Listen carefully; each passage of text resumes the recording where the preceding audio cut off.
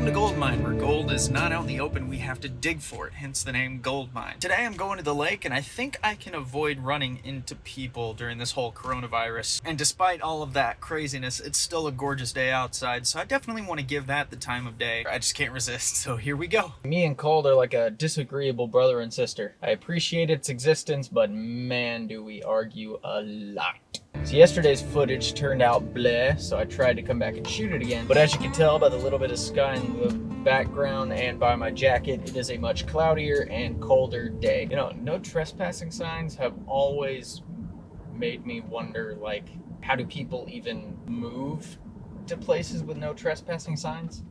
How do they have guests over? How do you get packages delivered? Nope, you're trespassing, get off my property. Did you order this package, sir? I don't know you. So today I wanted to cover a few topics. While we're here in this quarantine state, what do we do? And as long as you're away from people, you can still get out your camera, take some photos, shoot some video clips, work on your framing, practice shooting handheld, practice shooting on a tripod.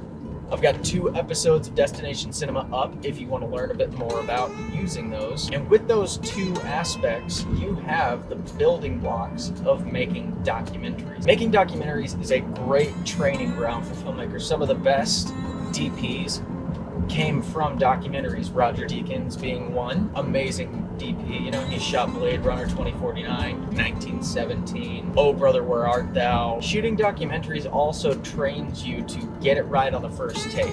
And if you have a new piece of gear, you can take that documentary shooting mentality and apply it to shooting camera tests. And since there are a lot more departments than just camera, you can use this time to practice other skills. Maybe you want to get better at Photoshop. I don't know. That could be useful in making a poster, making a thumbnail for your YouTube videos. And I've always heard that the best directors are themselves actors. You can practice acting without a camera, whether it's doing an impression or reading a script that you wrote. And since everything you do is to serve the story, it would help you better if you knew how to write a story. All you need is your imagination and a computer and some screenwriting software if you want to, but you can use even Word, you know, it doesn't matter. You don't need a special screenwriting software to tell a story. Although if you're looking for a screenwriting software to start off with, Keltex is a good one. I bought Fade-In for, I think it was $50 at the time. It might be $100 now. I don't know which one. But Fade-In is a great software. Filmmaking, though, ultimately is a team effort.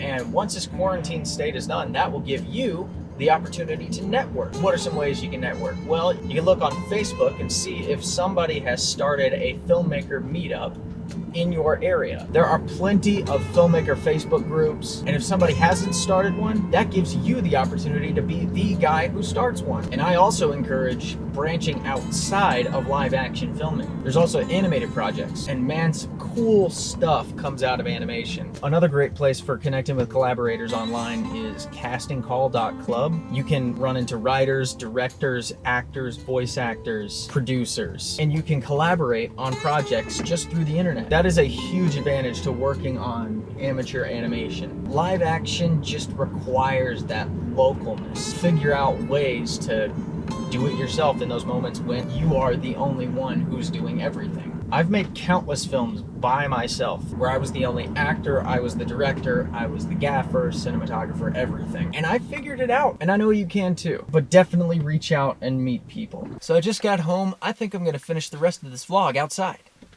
So let's say you do want to practice, but there's something going on. I don't know what to do. That's why you brainstorm. And I have a couple different methods of brainstorming. One of my favorites is to just get out and see things. You wouldn't believe what you would find in your hometown unless you know it and your town is boring. Which I can't help you there. But no worries, I have other methods too. If you're a filmmaker, artist, get on Pinterest. Please, it is a wellspring of inspiration. My Pinterest account is full of things related to history, costume design, character study, wide shots for practicing, you know, my framing and composition and all that, guitars, nature, architecture. It's so good for you to have inspiration outside of film, so that way your voice is informed by more than just what's going on within your bubble.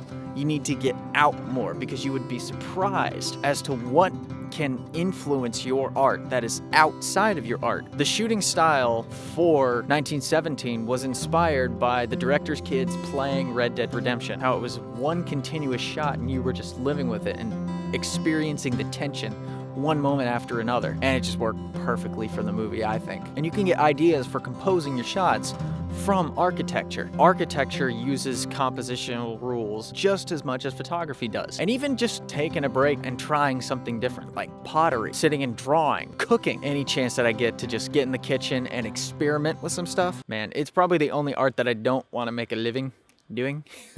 I don't want to start a restaurant, but I like cooking. Gardening. Have you planted a tree before? You should try it.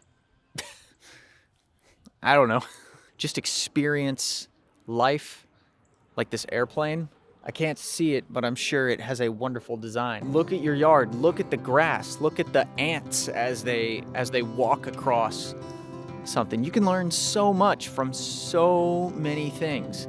So take that time to learn. And I also recommend, if you're gonna study a movie to learn something from it, take notes, because it forces you to explain what just happened in your own words in a way that you can understand it. But then read it again to see if you think someone else can understand it. Oftentimes, when you go back and read it, you'll find that you don't understand it. I've done that many times. Life has so much to teach us. That is where a story comes from. There's nothing new under the sun, and a creative mind needs fuel. Get out there. You don't just get creativity from shooting. Inspiration is all around you. Sorry, that was really poetic. I think it's a good time to put down the pickaxe. Well, thanks for watching today. Before I go, just want to give you a little update. Lunch Thief is completely boarded. I had one idea for getting a crew, but that kind of fell through and didn't work out like I planned. So I'm gonna regroup and find some other people, and hopefully we can get this thing made in April. We'll see how it goes. I hope you got something out of this episode, and I hope you'll try a few of these tips. Thank you guys. I'll see you next week.